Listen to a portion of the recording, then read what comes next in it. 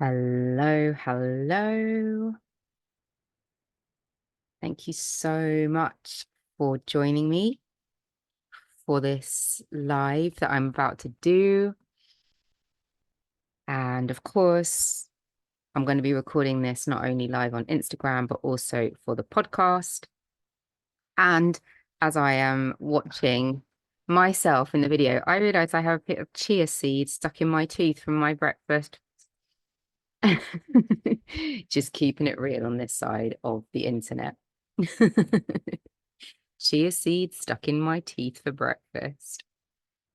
It's a regular occurrence here in Costa Rica that we have a bowl of fruit for breakfast and we pile it up with chia seeds and flax seeds and sunflower seeds and nuts and raisins and all of the good stuff so that we're getting that nutrition first thing in the morning. It's very hot here, so having anything a little bit heavier in the morning can feel quite oppressive. So thank you so much for joining me. Those that are joining me live on Instagram, welcome. I'm really, really happy that you're here. If you're here, say hello, give me a wave. And if you are joining me on the podcast, thank you so much once again for tuning in to another episode of the Liberated Woman podcast. I do not take it for granted that you join me, that you listen to my episodes, that you share them, that you recommend them to other people. This really means the world to me. So if you do love the podcast, please just take a moment of your time to screenshot it or share the reel on your Instagram and tag me at _ShaniBella. It really helps other women who would like to experience what it feels like to come on their liberated journey, their path to liberation, to really connect in with other women who are going through the same sorts of things, to hear stories from other women, to get inspired by other women, and to have that full permission slip as well to really step into their full power and into their full liberation. So we're going to get started in just a moment. The Instagram live is, the internet is not fantastic. And so it's just taking a little while to connect to people and let them know that I am live. But hopefully that's going to happen soon and we can dive right into today's juicy topic.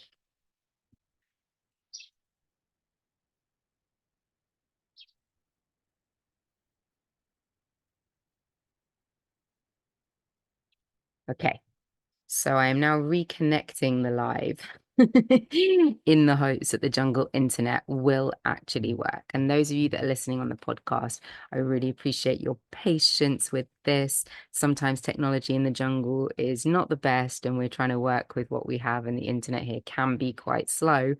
And so we're giving it the best shot we can and letting go of any perfection, letting go of any need to worry about how things look or how things are, because that just is life. And sometimes we just have to let go of that and be in the present moment. I can see people are now joining live on Instagram. So welcome. If you're here, say hello. I know many of you around the world are celebrating a bank holiday weekend. At the moment, it's the Easter weekend, so it's quite interesting that I'm coming on to do this live about my experience in the sweat lodge, which was really a bit of a death and rebirth experience, not unlike the Easter story. And here in Costa Rica, for sure, they are celebrating something called Semana Santa. It's the week leading up to Easter. There's a lot more fiestas happening here. It's really nice to see the local Costa Ricans out dancing, playing music. Last night when we were walking home from the beach, we met some friends for dinner, and on the way back, there was like a cumbia band. Josh told me the style of music is cumbia, and they were dancing and they were singing, and they they let us join in, so we were dancing with them. It was super cute and really nice to be part of that fiesta, be part of the celebration here in Costa Rica. It's really the first bit of local culture that I've actually experienced, because in the area that we are staying in, there's a lot of foreigners. And so I've really been desiring to connect with the local culture of Costa Rica, to actually understand what the culture is here and to get involved in it and to meet more local Costa Ricans and to understand their way of living and their way of being. And so last night was really beautiful to be able to do that. And it's been a real journey in the last 2 to 3 days. Well, this whole week has been eclipse season, and I know that a lot of people are feeling this. The real themes that have come up during this eclipse season have been around relational shadows. So really connecting in with perhaps past life karma that needs to be cleared, relationships with other people that feel a little bit sticky. Perhaps you've had to have some uncomfortable conversations with people. Maybe you've had to express things that you normally wouldn't. Maybe you've had to actually cut certain people out of your life or create some kind of energetic protective boundary around yourself. Or maybe you're realizing that there are certain relationships in your life that no longer serve you, and you're finding ways to kind of grieve that relationship and then let it go. And along with that theme, for me, there's been a really huge theme around forgiveness. And I know that myself personally, I've been doing a lot of forgiveness work this week. Forgiveness towards my mom for certain things, forgiveness towards my dad, forgiveness towards myself, forgiveness towards my partner, forgiveness to past situations, past people that hurt me. And it's been a really, really big one. And I think it's a really beautiful theme to be working with. And a lot of people that I've spoken to this week have really expressed like, wow, I've been like in the thick of this eclipse. And I kind of describe it as being in a washing machine, being on like a really intensive spin, like you're really in the thick of the intensity of the washing machine. And then at the end, you come out and you're rinsed through and you're like, wow, okay, I needed to go through that massive shakeup in order to come out the other side feeling like I've been cleansed. So it's like a massive purge. And I think a lot of people are going through it right now.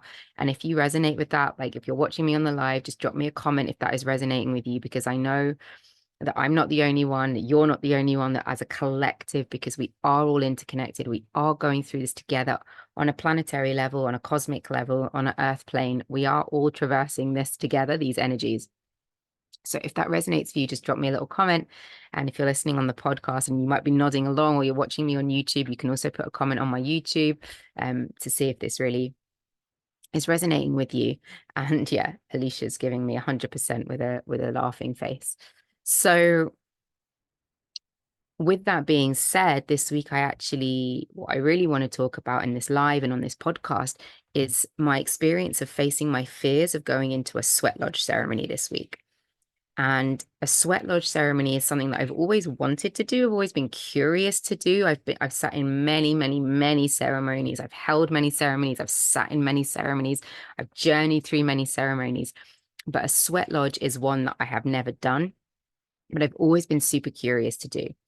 And it's always been a little bit of a fear edge for me to go into a sweat lodge for several reasons.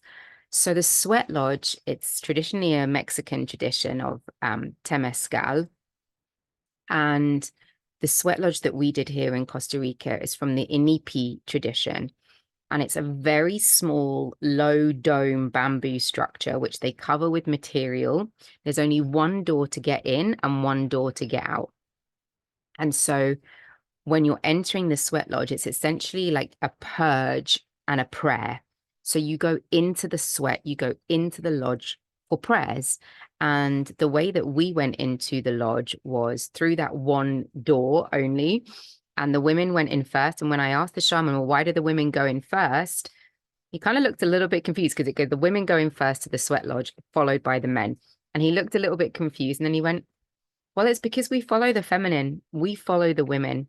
I thought, okay, so the feminine leads, right? The feminine goes first, even though we know that we are trying to liberate ourselves from this patriarchal BS that we're living in.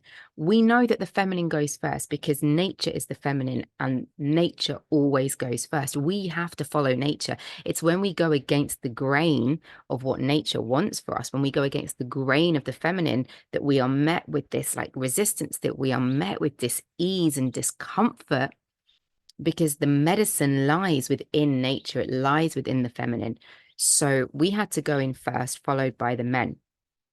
And one of the reasons that I've been so scared to go into a sweat lodge is because I really, really don't like being stuck in small spaces with lots of other people. As an oracle, as a psychic, as a highly sensitive person, I pick up other people's energies very, very easily.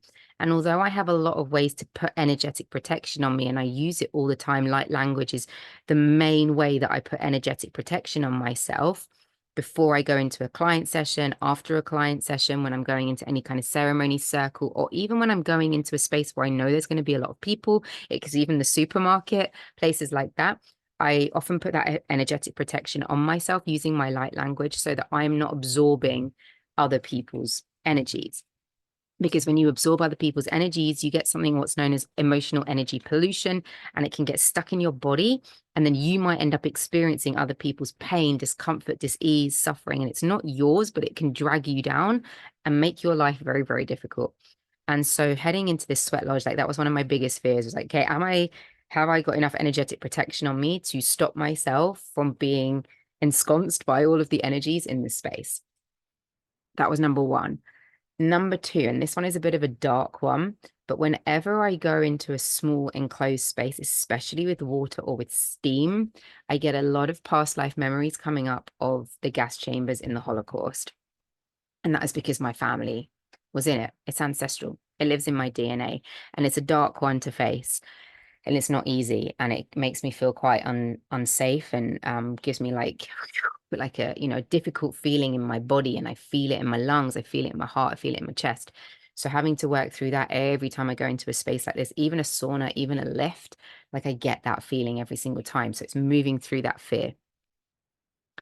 And thirdly, it's just like the feeling of not being able to get out, right? So when you're in the lodge, when you're in the sweat, it's a small, low structure. There's only one door in and one door out, and you can only exit via that door. But if the lodge is full, which it was when we went in, it's really hard because you can't really get back around, and it's also in the dark. So you can't get back out and out of the door, when you need the toilet, or if you need a break or you need some air. They do open the door in between just for like 2-3 minutes so we can get some air, but most of the time you're in the sweat. It's hot. They bring in these hot stones from the fire and they place it in the center, in the fire pit in the center, and then they put different types of herbs and things on the rocks, and then the water so it starts to steam. So it was really, before we went in, we were there for about an hour just talking to people, getting ready to go into the sweat. And already I was starting to face my fear.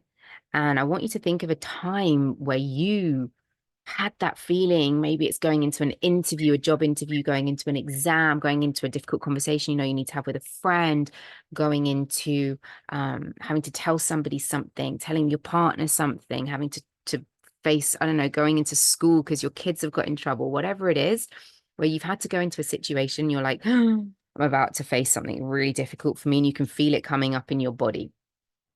So that was the first part of the medicine that I received, was like facing that fear, but knowing that I was going to do it anyway, because on the other side of facing your fear is where you meet your greatest expansion, your greatest liberation, right? You know the phrase, like, face your fear and do it anyway. And there's sometimes a really legitimate reason why you've experienced fear, right? Maybe it's a past experience you've had. Maybe it was a trauma that lives in your body. Maybe it's an irrational fear and you don't know why, and it could be connected to a past life event that you're not aware of, or it could be connected to your birth script, something that happened to you when you were in the womb that's now playing out in your life. And that is something that I always address during my breathwork sessions, like my one-to-one sessions with clients, and we look at the birth script. What happened to you during that time? Oh, well, that could be a reason why you're experiencing this fear. That would be why this triggers you. That would be why you're experiencing this. And so for me, this is really relevant to what happened in my experience of the sweat lodge. And I want to connect my personal birth script, like what happened to me in the womb when I was in my mother's womb, to what happened to me in the sweat lodge, because the sweat lodge is essentially a bit of a womb room. It's a very low structure, close to the ground, and it's dark and it's hot and it's steamy and it's wet. And you are essentially really facing like yourself in that womby space. And I really, really, really had a lot of awakenings around my birth script inside of the sweat lodge. And it's beautiful because the birth script is one of my favorite things to talk about and to connect with. And it's what I work with in my clients through breath work. So for me to have my personal experience around it as well is like, it's really liberating, right? And the more that we liberate ourselves, the more that I liberate myself, the more I can help you to liberate yourself. And the more that you are open to liberating yourself, the more you give permission for other women to liberate themselves. And that is the whole point of this journey, right? This is why I call my podcast the Liberated Woman Podcast, why my journey is the Liberated Woman, because we're here to be liberating ourselves. We're not here to keep ourselves trapped in a space of suffering for the rest of all eternity. So we get in the sweat lodge, and I'm right near the back of the sweat. And I thought, oh God, I'm really far away from the door. I don't know how I'm going to get out if I need to get out. I feel already nervous. I feel already trapped at the back. I turned to the sister next to me, a woman I've never met before, and I said to her, if I need you at any point, can I just hold your hand? Like, I'm just going to reach out for help in this moment. And that is a lesson. Number one, never be afraid to ask for help. If you need to receive from somebody, never be afraid to use your voice and ask for help. Be vulnerable in that moment. Express that you are having a hard time. Say, listen, this is scary for me. Please, could you help me if I need support? Are you open? Do you have capacity for that? And she said, yes, of course. Right? She was like, you can hold my hand. I'll put my hand on your back. I was already feeling like, thank you so much, sister. I don't know who you are. I've never met you before, but I know that I feel safer just knowing that you're next to me. The power of sisterhood, as you know, is my other favorite thing to talk about. So the sweat lodge goes in 4 rounds. There's 4 doors, one physical door, but 4 rounds of the door. The first door was intention. So we had prayers for intention. What is it that we want to receive from this sweat? What is it we want to receive from this ceremony? What do we want the collective to receive from this ceremony? And I found myself just like breathing slowly, deeply, as much as I could to stay connected. They're starting to put the rocks on the fire. They're putting the water on. The steam is rising. It's getting hot. It's sweaty. It's Costa Rica. It's March. It is high season here. It's like 39 degrees most days. It is humid. So, sweating inside of a sweat lodge in March in Costa Rica, it's not a joke. It's very hot. And I found myself like intuitively crawling down towards the earth. Now, this year, my intention was to ground, to really get up close and personal with Mother Earth. My main element is fire. I'm really fiery. For those of you that know me, for those of you that don't, welcome. I'm super fiery. It's in my DNA. I'm Middle Eastern. It's also, I'm Lyran or Lyran, whatever you want to call it. From my star constellation is Lyran or Lyran. It's very feline. It's very fiery. The main color is orange. You'll probably see from my branding, I'm all about the fire, the desert, the orange. It's just like a color that comes to me intuitively. It's my color and my vibe and my energy. And so my main element is fire. And the element that I struggle to connect with the most is earth, right? And there's several reasons for that. First of all, it's ancestral. I think I've explained this before in previous podcast episodes and in lives, but I want to share it again because this is how deeply your ancestral trauma lives in your body. My family have been kicked out from so many countries over the last centuries, right? For as long as I know in my lineage, it's never been safe for my culture, for my race to stay in one place. Even in my immediate family, my dad is from Israel, and obviously that carries with it a huge loaded gun right now, with no pun intended there. Like, it literally carries with it like a huge loaded, there's a lot going on with that already in itself right now. His dad was from Bulgaria. He came to Israel during the war. He saw his sister get shot in Cyprus by the British. My mum is British. My grandmother was Egyptian. Her parents were Algerian. We've been kicked out of so many countries, not to mention on my mum's side, Russia, Holland, the Holocaust, all of it. So it's never been safe to stay in one place. So I've always struggled to connect to the land because in my DNA, and I know this lives in so many people's DNA, that it's just not safe to stay on the land. It's not safe to stay connected. It's not safe to be in one place. We're going to get expelled. We're going to get dismissed. We're going to get ostracized.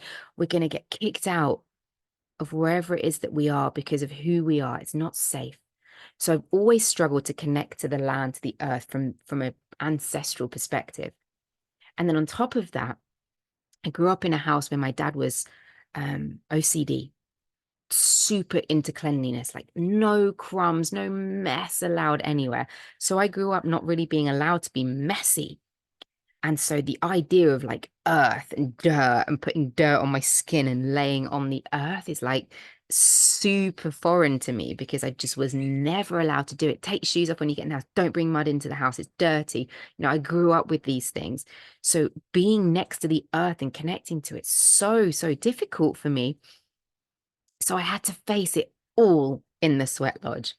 First of all, I had to face my fear of not having enough energetic protection with all these people in the space, purging and sweating. Second of all, I had to face the fact that I couldn't run away. There was nowhere for me to go, and I had to stay grounded and safe on the earth. Third of all was this idea of the karmic relational shadows coming up. Now, about a month ago, if you remember, when I posted on my Instagram, and I did a podcast episode, I recently released it, and I wrote emails to my mailing list about it, was, hey, Gemma, was about a month ago on the last full moon, not this one, just gone, the one before, I was due to sit in another ceremony. And the woman who was holding the space told me I couldn't sit in the ceremony because I was on my bleed. It was the full moon and I would bring bad energy into the space. So this woman, this same woman, was sat directly in front of me at the sweat lodge. Like I was here, she was here, directly in front of me in the sweat lodge. So I was like, of course, this is my chance to use more forgiveness. This is my chance to bring up the betrayal that I felt towards her, the resentment, the anger, the bitterness, like all of it I got to face inside of the sweat. So it's getting hotter. They're putting the fire on, the rocks, the water, the first door, the door of intention. I'm like, okay, my intention is to stay grounded, to stay focused, to stay connected to the earth. And I found my body like intuitively going down towards the earth. First, I just put my hands on the earth. Then I put my head on the earth. Then I was like scooping up lumps of the earth and putting it on my face and on my body because it was so cooling. And door one came and went. And then they opened the door for a couple of minutes and get a little bit of fresh air, take a couple of breaths. They shut the door again. Door two. I can't remember exactly which order it went in, but door two, I think, was the door of prayer. And so we're coming into a prayer space, and the shaman is giving out prayers, prayers for the land, prayers for the feminine, prayers for the masculine, prayers for the collective, prayers for the earth, prayers for us, individual prayers.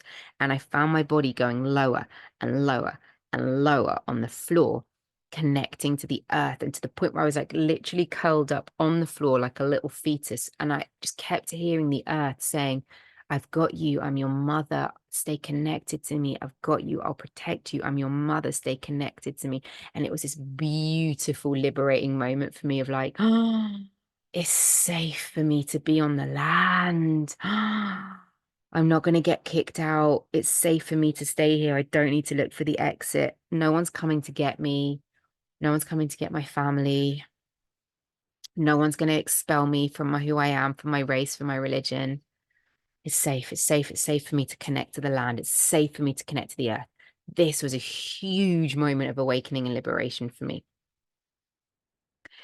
Then he was talking about being in the womb, and being in the womb is one of the safest places that you'll ever experience. And in my head, I was thinking, no, it's not. It's definitely not. But unfortunately, for many of us, being in the womb was not a safe space. Depending on your birth script, depending on what happened to you, during the time of your conception, during the time that you were in the womb, during the time of your mother's pregnancy with you, what was going on for her in her life, what had happened previously, it's not necessarily a safe time. And in my personal birth script, my mum lost a baby before me. She gave birth to a baby who died. My mother almost died. She had a very, very, very traumatic experience. She hemorrhaged a lot. She bled. She had an abruption, and it was very scary for her. She was in a foreign country when it happened. She wasn't at home around her family, and the ripple effect of that like spread out into our family. My grandmother, her mother, ended up in what I can only describe as an institution or a place to support her with her mental health. Like it sent her off the rails when my mum lost the baby, and it broke my mum and dad. It broke my mum. And I was next in the womb. I was the next one in the womb. So I was carrying all of that from my mum, from my brother who died, from the baby who died before me. He was born, but he died instantly as he was born.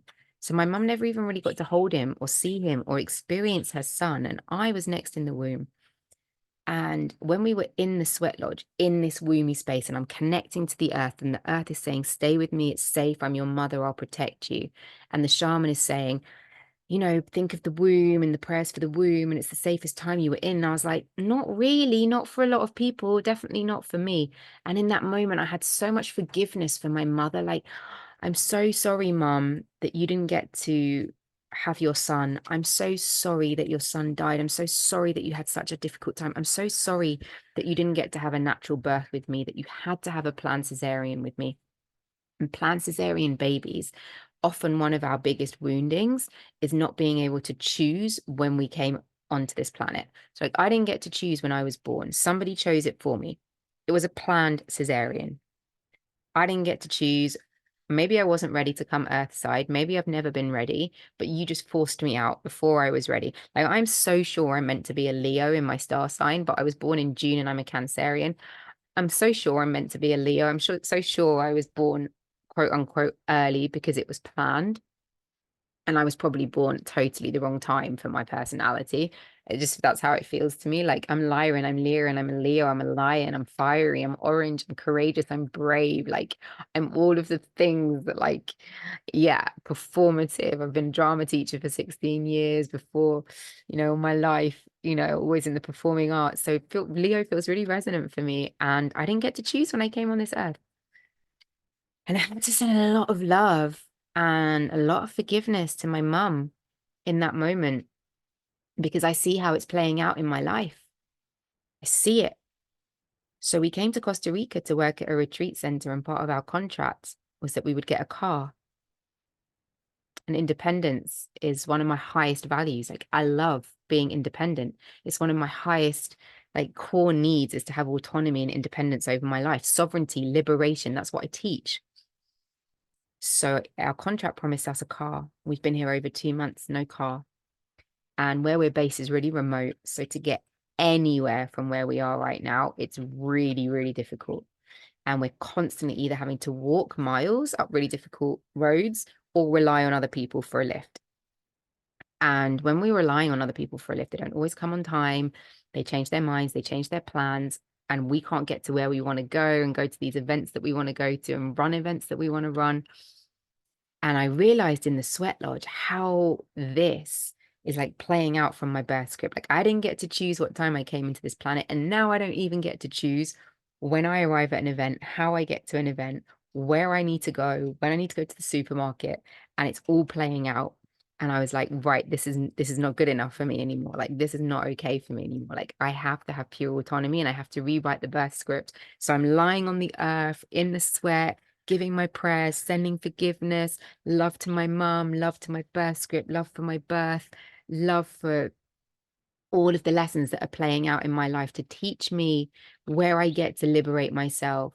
And these are the lessons that when we face our fears, when you face your fear, when you face your resistance, on the other side of that is your exponential expansion and your liberation. Because when you get the awareness of, this is why this is playing out in my life, and this is not good enough for me anymore, and this doesn't align with my soul and my core being, and I get to liberate myself from that story. I get to change the script.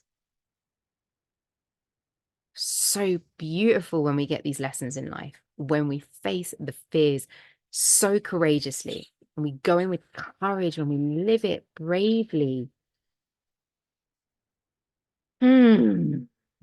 So then the third door comes in, and the third door is gratitude.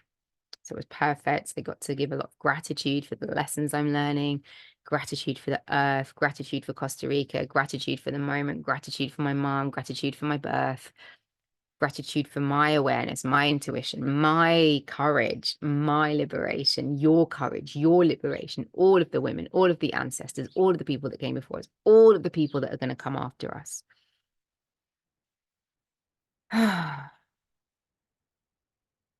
And the final door, like sending out to the collective.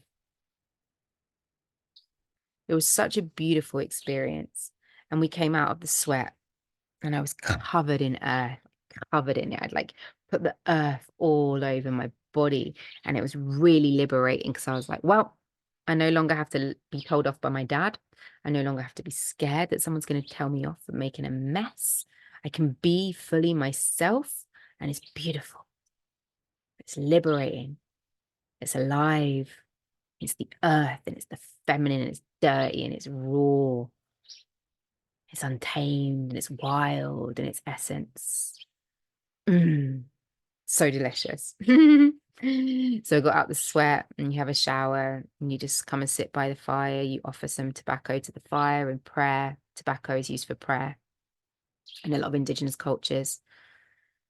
And it was just so beautiful because it really just showed me like where my birth script still holds me back. And this is what I teach in my breathwork journeys and my breathwork clients. This is where it holds you back. And this is where you get to rewrite the script. And it's only from facing your fears and taking these courageous, bold moves in your life, even when they scare you so much, that on the other side of that is your expansion, your liberation. The final lesson that I want to share from the Sweat Lodge is around integration. I've met a lot of people around here who are hopping from ceremony to ceremony, event to event, never really taking the time to integrate. And for me, integration is super important. It's why I give my clients 2 weeks between sessions, between breathwork journeys, between ancestral healing sessions, so that they have time to fully integrate what they are experiencing. Because every time you come to me for a session, it's a ceremony. It's a deep journey. We're not scratching the surface. We're going deep.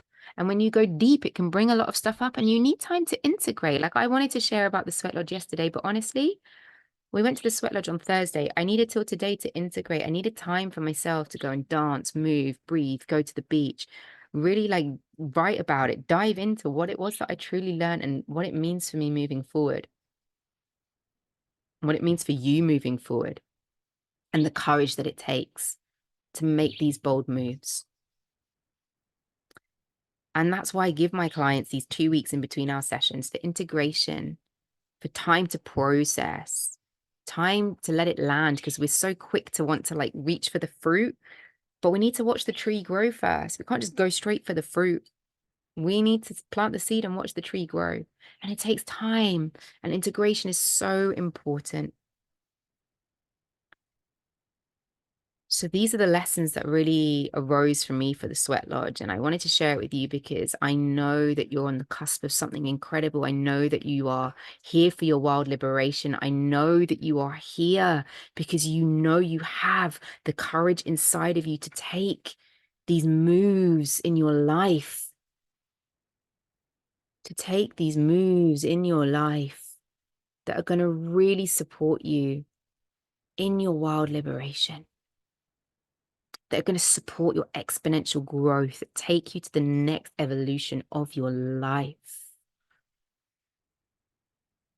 And it feels so good when you do it. I currently have spaces opening up for one-to-one, my 8-month journey. In this 8-month container, we use a blend of rebirthing breath work, looking at the birth script, looking at what happened to you in the womb, ancestral healing, light language activation, clearing, coaching, deep questioning, deep journeys, energy clearing. I use a multitude of modalities to support you in this journey so that you can come out the other side feeling so much more liberated in yourself, in your voice, in your body, in your soul, in your essence, and knowing that you are worthy. You are so worthy of being here. You are so worthy of living in your highest potential on the planet at this time. And you know, we need you. Like, we need you on this planet at this time. We need you wildly liberated. We need you in your full essence. We need you in your full capacity, in your creative expression. We're at a tipping point of humanity. We need the courage to move forward. And I'm in the process of creating a very exciting mini course for you. And I can't wait to share it with you. I'm going to be putting out the waitlist link for that very, very soon. So this is going to be for the woman who knows she wants to take courageous moves, who has fear in her body, but wants to liberate herself from that fear so she can take the courageous moves to fully liberate herself. And that's going to be coming out soon. So keep an eye out for my email list. If you're not on my email list, get yourself on my email list, because that's where I share things first. Then on Instagram, Facebook, get on my Liberated Women podcast, come and listen to it, subscribe to it, share it out with your friends, so that we can support more women to become sovereign and free and liberated. May all beings be sovereign, free and liberated. If you want to reach out to me, or you're curious to how to work with me, you can book in a free alchemy call. You can head to my website, www.shanibellacoaching.co.uk.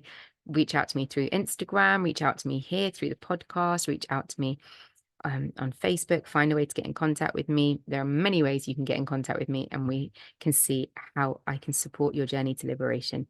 Have a beautiful, magical rest of your weekend, everybody.